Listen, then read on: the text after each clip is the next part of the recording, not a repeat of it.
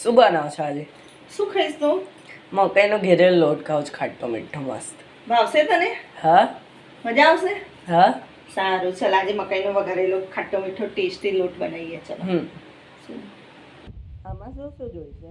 એમાં જોઈશે જો પહેલા આદુ મરચાં અને લસણનું કૂટેલી પેસ્ટ, પછી એમાં સૂકવેલી મેથી છે એ મેથી નાખવાની છે, પછી ચટપટા માટે ખાટો મીઠો કરવા માટે ગોળ, અને મેઇન ખાટો ખાટો કરવા છાશ, અને મકાઈનો લોટ.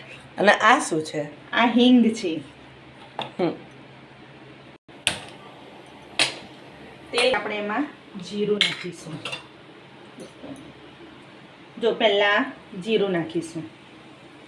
તેલ ગરમ થઈ ગયું છે, જીરું નાખીશું. જીરું થઈ જાય પછી આપણે એમાં આદુ મરચાં લસણની પેસ્ટ કરી હતી ને એ નાખીશું. એ થઈ જાય પછી એની ઉપર થોડીક હિંગ નાખીશું. હિંગ એટલા માટે નાખવાની કે એ બને બોલવાનું.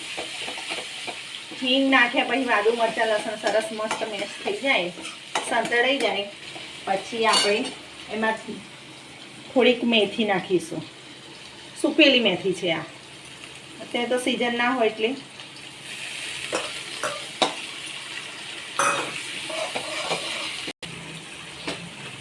મેથી થઈ ગયા પછી એમાં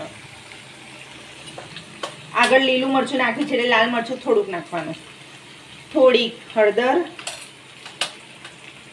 થોડુંક ધાણા જીરું પાવડર, પાણી નાખવાનું એમાં, મસાલો બળી ના જાય એટલા માટે.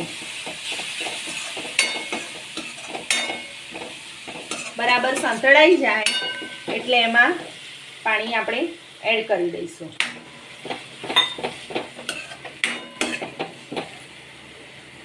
થોડું પાણી એડ કરી દઈશું. પાણી એડ કર્યા પછી થોડીક છાશ નાખીશું આપણે.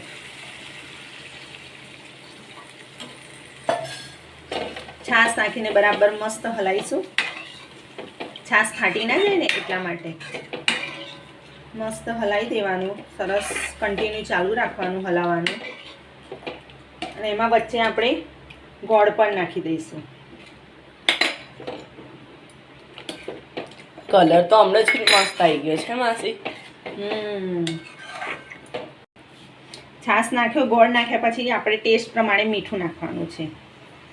મીઠું નાખી અને એને આ પાણીને છાશને મસાલો બધો થયેલો છે એને ઉકળવા દેવાનો. મસ્ત ઉકળી ગયું છે, જો સરસ ઉકળી ગયું છે. બધો મસાલો એક રસ થઈ ગયો છે. છાશ, પાણી, મસાલો બધું મસ્ત થઈ ગયું.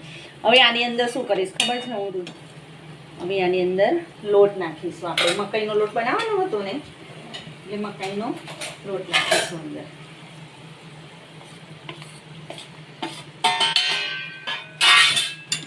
બોલો હવે આંજી કેમ હલાવ છો માસી? આનાથી હલાવીએ ને આપણે બધો લોટ છે ને એક રસ થઈ જાય એટલા માટે આનાથી હલાવવાનું. ફટાફટ થઈ જાય. આ તો બહુ જલ્દી મિક્સ થઈ ગયો.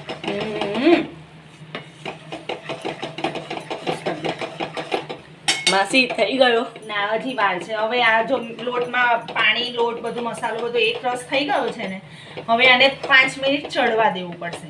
ચડવા માટે છે ને ધીમા ગેસે તવીમાં આ તાંસરાના નીચે આપણે આવી તવી મૂકી દઈશું રોટલી બનાવવાની, અને ગેસ ફાસ્ટ રાખીશું. અને પછી શાંતિથી જાણે છે ને આમ રહેવા દઈ અને ઢાંકી દઈશું એટલે એની રીતે ચડશે. ચડી જાય પછી થઈ ગયું? હા, થઈ ગયું. જો હવે આને કઈ રીતે ખાવાનું?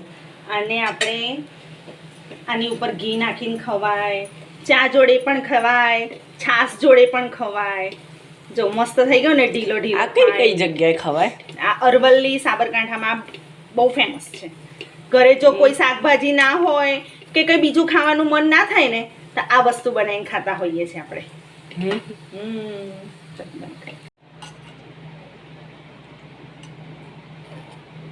આ તો બહુ મસ્ત ટેમ્પટિંગ ને ટેસ્ટી લાગે છે માસી. તું ખાઈ તો જો. કેવાય તે મિક્સ કરીને ખાવાનું. Ready to eat.